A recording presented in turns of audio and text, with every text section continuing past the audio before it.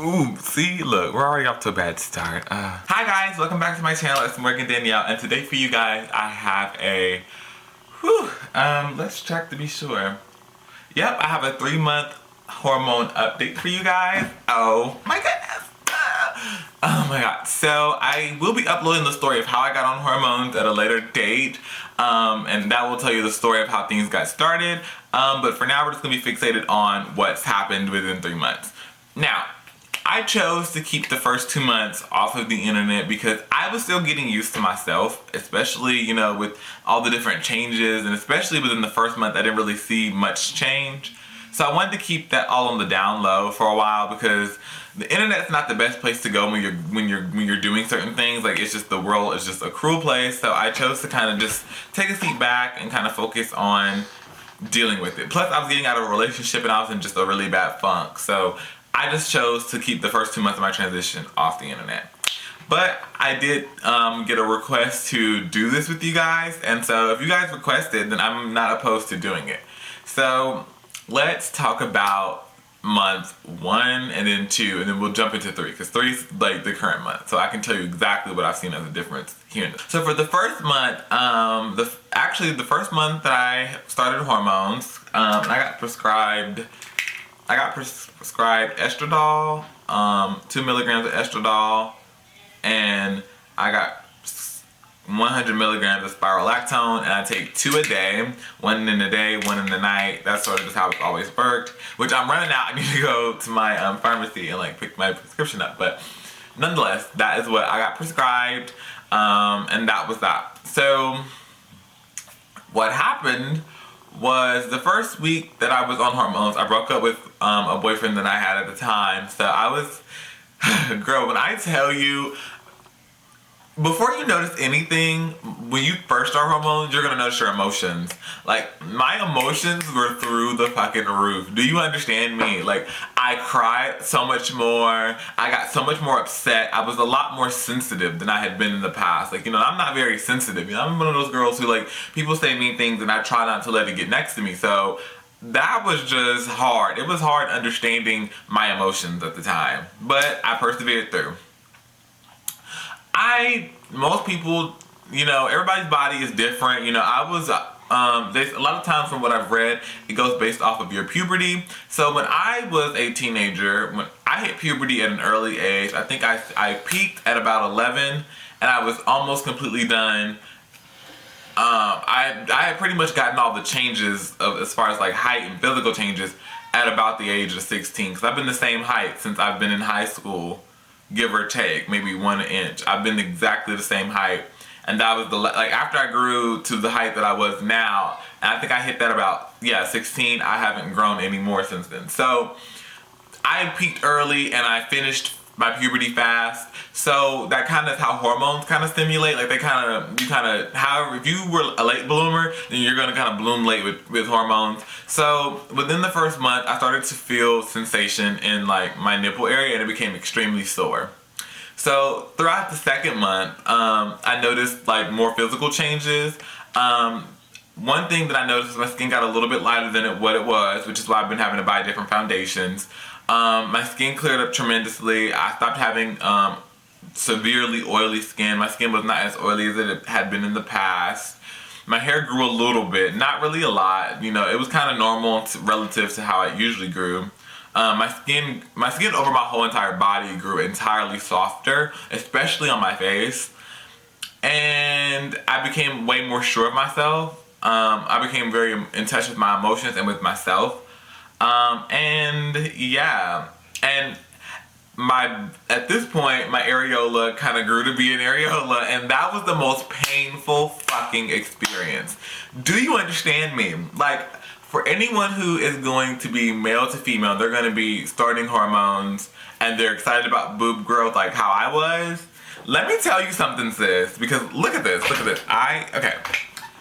That was the most painful thing ever. Like, I remember exactly where I was when it first like popped into place and became like an actual. So when I actually developed my boob, what happened was I was catching the bus home from school, and I felt like this sharp pain. Like, it was almost like I was having, like, someone had stabbed me right here, like, in this, like, little pocket near my heart. And when I tell you, it hurt, and you have to go through it 2 times, because it's gonna happen on one side and this boob pops into place, and then it's gonna happen on this side and this boob's gonna pop into place. So I had to, like, and it lasts for, like, the sensation lasted me a good 10 to 20 minutes, depending on, like, where I was, what I was doing. When it turned into a boob, it really hurt so bad that I was just like, oh my God, like, I'm gonna die on this bus. So that was pretty much my first 2 months in a nutshell. Nothing really, like, these changes happen so gradually that I can't say, like, okay, well, week 1 this happened and week 2, like, it really kind of just slowly started to come into effect. So let's talk about month 3. Month 3, I would say month 3 would probably be the 3rd chapter of this book, and I will call this the chapter of stability. I've grown. Hormones kind of forces you to relearn yourself, because your body's changing, your mind's changing, so much around you is changing. And so what I had to learn was how to balance myself now on hormones, because it's easy to balance yourself with testosterone and all that, because those are different things influencing things. And I grew up, you know, having testosterone be the dominant hormone. So I had like 19 years to learn how to, like, use my testosterone to my benefit.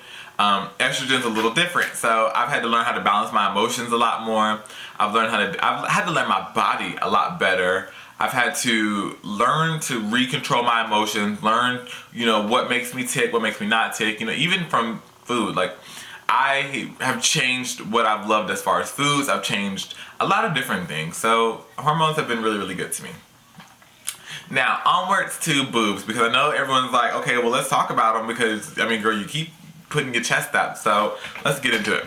But yeah, this is kind of the shape. It's an actual boob. It can actually move. It jumps. It jiggles. It's just now starting to get the gravity, so it's grown enough to the point now where, like, it will sag if I don't wear a bra. And so that's kind of how that plays itself out. So yeah. But here's the thing, you know, because a lot of people were like, okay, well, you know, I didn't really see no boobs until this month. Nothing didn't really like a boob to me until this month. And everybody's idea of a boob is different. For me, an A cup was what I was shooting for. I just wanted boobs. It really didn't matter to me whether or not they were double D's or C's. Like, would I like a C? Yes. But if they turn out to be A's, I'm fine with that. As you can see, I'm pretty skinny. You know, like, I don't even have a waist. So I don't really need to have, like, a full, like, double D rack set in order to be proportionate. And as I said, you know, it's based off of genetics. So my mom and my sister both do not have ridiculously big breasts, so I'm not gonna have big breasts as a result. I'm not gonna be getting up into the D's unless my dad's family's genetics just come in there and just say F it. But yeah. Would I go back? Would I detransition? No. So would I go back if given the chance to detransition? Probably not.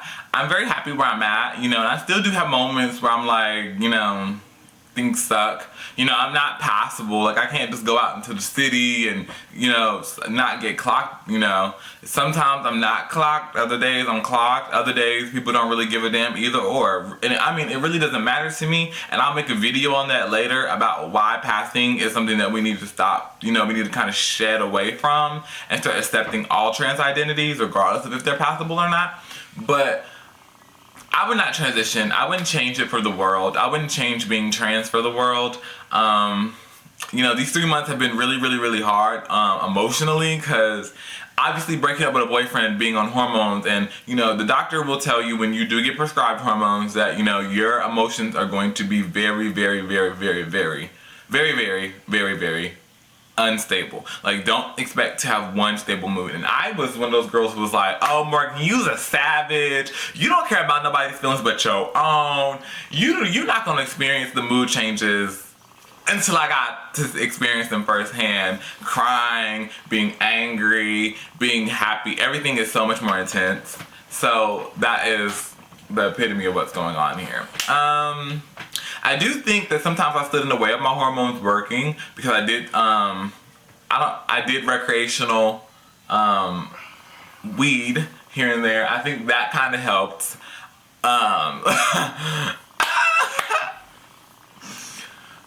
But yeah, basically the first 2 months was just really like nipple like kind of growing and spreading as needed, and that hurts as well.